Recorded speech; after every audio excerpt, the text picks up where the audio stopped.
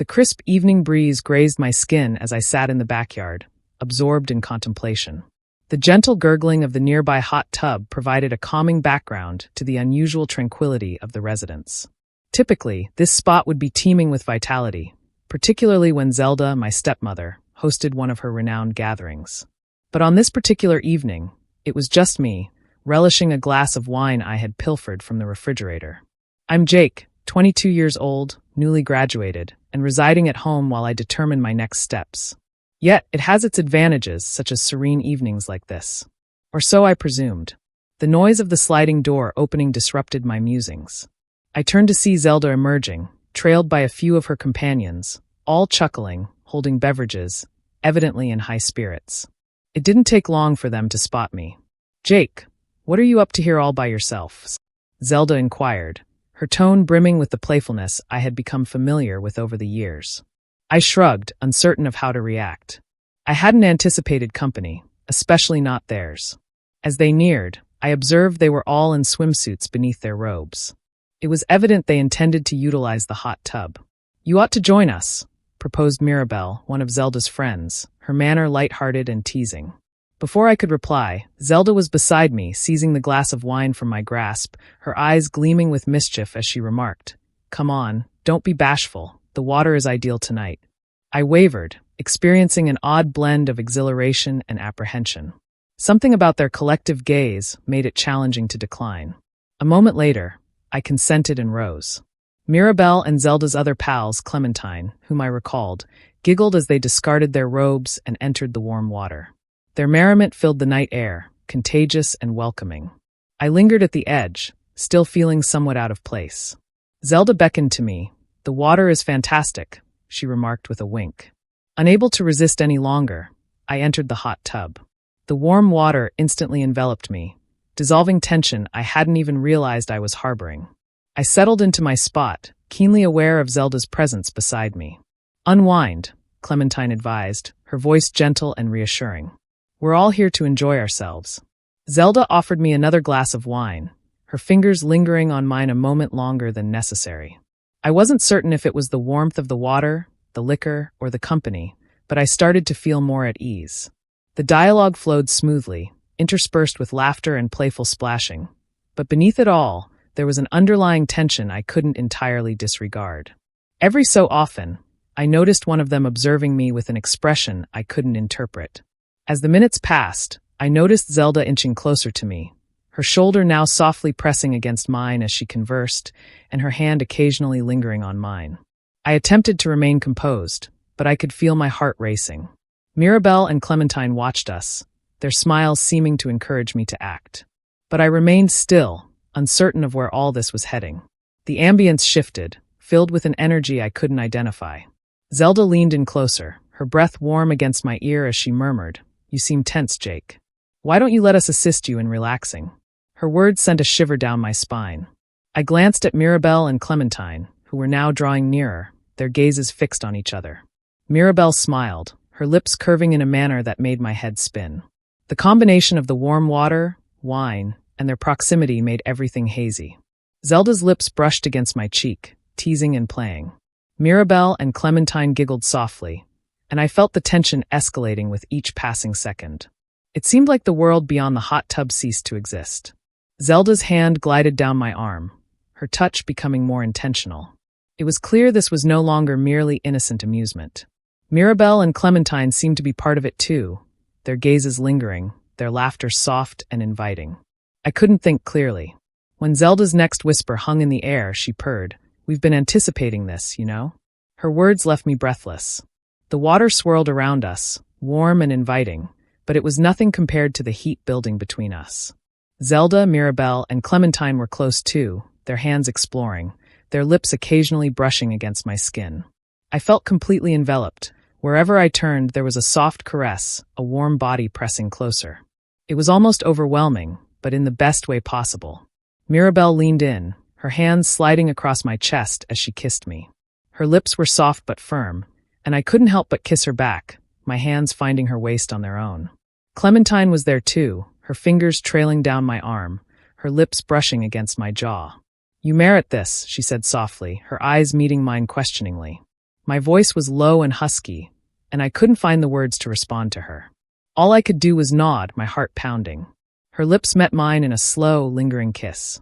As the kiss deepened, I felt Zelda's hand on my thigh, moving with a clear intention. I deliberately shifted to assist her, and soon found myself freed from my swim trunks. The sensation of the warm water on bare skin was exhilarating. Taking a deep breath, I decided to take the next step, my hands finding Zelda's body and gently helping her out of her swimsuit. Mirabelle and Clementine quickly followed suit, and soon we were all naked in the bubbling water. I couldn't help but admire their bodies, each beautiful in its own way. Zelda's curves, Mirabelle's toned silhouette, Clementine's grace. It was almost too much to take in. What followed was a mix of sensations: soft skin, warm water, and gentle touches that grew bolder with each passing minute.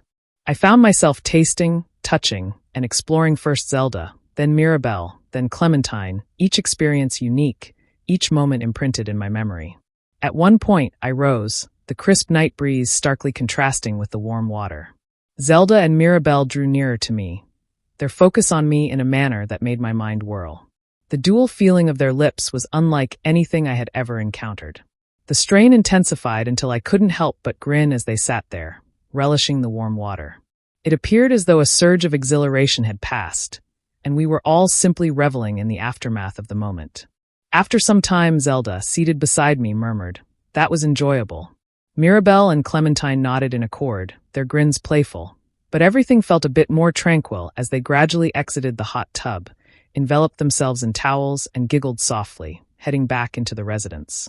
Zelda was the last to depart, giving me one final glance over her shoulder, her eyes gleaming. "Good night, Jake," she whispered before vanishing into the house with her companions. I lingered in the hot tub for a while longer, allowing the warm water to calm me. My heart was still pounding, but I recognized it was all finished. The night had been unexpectedly intense and memorable, and as I reclined and shut my eyes, I couldn't help but smile. I understood that after this night, everything would alter, and I felt both anxious and thrilled about what the future might hold. Little did I know that this was merely the commencement of a summer that would transform everything. I awoke the following morning with a slight headache and a flood of recollections from the previous night. For an instant, I pondered if it had all been merely a dream. The hot tub, Zelda, Mirabelle, and Clementine. It seemed too surreal to be genuine, but as I became more alert, I realized it had been real, very real. The dwelling was quiet as I made my way downstairs. I half anticipated finding Zelda in the kitchen, but it was vacant. A note on the counter seized my attention. "Went to brunch with the girls, be back later." I exhaled in relief. I wasn't prepared to confront Zelda yet. I required time to process everything that had transpired. Sipping my coffee, my thoughts returned to the events of the previous night. The way Zelda had gazed at me, the sensation of Mirabelle's lips on mine, Clementine's gentle touch. It was all still so vivid, but now, in the bright light of day, I felt a pang of remorse. Zelda was my stepmother, and Mirabelle and Clementine were her friends. What had I entangled myself in? The sound of the front door opening distracted me from my thoughts. Zelda entered, appearing refreshed and relaxed. When she noticed me, she smiled, but there was something more in her eyes: nervousness, excitement. "Good morning," she remarked casually. "Sleep well." I nodded, not trusting myself to speak. Zelda occupied herself preparing a cup of tea, the silence between us growing more tense with each passing second until she turned to me. "About last night," she started, and my pulse quickened. "I hope you don't feel uncomfortable." I shook my head. "I don't feel uncomfortable, just surprised." Zelda's smile softened. "It wasn't planned, if that's what you're thinking. It just occurred." We conversed for a while to clear the air, and Zelda assured me that Mirabelle and Clementine would be discreet and that what transpired in the hot tub would remain between us. She also made it clear that, while she didn't regret what happened, she would understand if I wanted to pretend it never did. But did I want to pretend it never happened? As the days passed, I found myself contemplating more and more about that night. The way Zelda had touched me, the sounds Mirabelle made, the taste of Clementine's lips. It was all etched into my memory. A week went by, and it seemed like everything was back to normal. Zelda and I had returned to our usual routine without mentioning that night, but there was an underlying tension, a charged energy that hadn't been there before. "Can we talk?" she inquired, her voice low. I nodded, closing my laptop as she entered and sat on the edge of my bed. She was wearing a silk robe, and I couldn't help but recall how she had appeared that night in the hot tub. "I've been thinking," she said softly, "about that night, and I thought maybe you'd want to explore this a bit more." My heart beat faster. "What do you mean?" I asked, though I had a pretty good idea. Zelda moved closer, her hand resting on my knee. "If you feel comfortable, it will be just the two of us this time." I knew I should say no because she was my stepmother, but the memory of her touch, the look in her eyes, it was too strong. "Okay," I heard myself say. "Let's see how it goes." Zelda and I spent the night exploring and discovering each other, finding out what made the other gasp and moan. It was different. Zelda traced patterns on my skin. "This changes things," she murmured, moving from the chaos of the night in the hot tub to something slower, more intimate. I nodded, realizing she was right. Our relationship had changed, and there was no going back. Over the next few weeks, Zelda and I settled into a new routine. During the day, we maintained our usual stepmother-stepson relationship, but at night, behind closed doors, we explored this new aspect of our connection. It wasn't just physical. We talked, shared things we had never talked about before. I learned about her past, her dreams, and her fears, and she listened as I talked about my future uncertainties, ambitions, and insecurities. One evening, as we lay intertwined, Zelda supported herself on her elbow and gazed at me. "I must ask you something, Jake," she said, intrigue in her voice and an abrupt solemnity. "What are your thoughts on occasionally involving others?" I blinked, taken aback. "Like Mirabelle and Clementine?" Zelda affirmed. "They've been inquiring about you." I paused to ponder the proposition, which was certainly thrilling, but I also felt a twinge of envy at the idea of sharing. "We're not obligated to," Zelda stated. I swiftly recognized my reluctance. "I'm content if it's just the two of us, but diversity can be appealing at times." I drew her nearer, confirming it with a profound kiss. "But you'll forever be my top priority," she expressed when we eventually separated. "And in your thoughts," she murmured. The subsequent weekend, Mirabelle and Clementine visited for what Zelda dubbed an intimate gathering. The apprehensive vigor of that initial night had vanished, supplanted by eager expectation. We commenced in the lounge, melodies playing softly in the background as we savored wine and teased. It didn't take long before garments began to be shed and palms started to rove. This time I was more assured and in command. I took the lead, guiding the ladies to the bedchamber where we spent hours investigating and admiring one another in every feasible blend. As the night advanced, I couldn't help but appreciate how unique each woman was. Zelda was fervent and ardent, Mirabelle whimsical and daring, and Clementine tender and sensuous. Collectively, they formed an encounter that surpassed anything I could have envisioned. In the hush, as I gazed into Zelda's eyes, encountering mine with a blend of affection and craving, I understood I wouldn't alter a thing.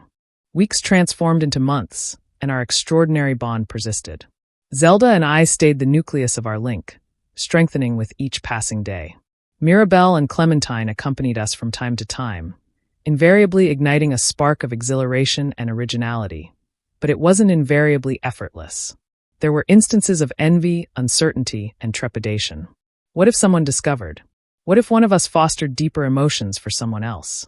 We had to traverse these turbulent seas cautiously, perpetually communicating candidly and truthfully.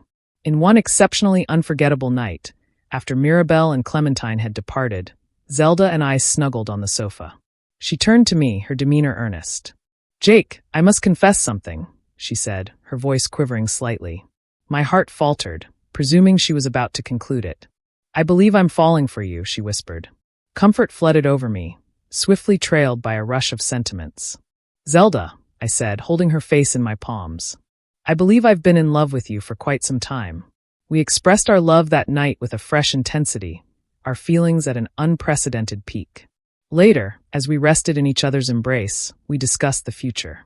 We recognized our bond was extraordinary and many wouldn't comprehend, but we were resolved to make it succeed. As summer shifted to autumn, we acclimated to a fresh routine. In the sight of the external world, we were still stepmother and stepson, but in our personal lives, we were lovers. Mirabelle and Clementine stayed in our lives, but only as a periodic delight, not a constant element. One crisp fall evening, as Zelda and I sat on the rear veranda observing the sunset, she turned to me with a grin. "You know," she said, her eyes gleaming, "I never imagined that night in the hot tub would lead to all this."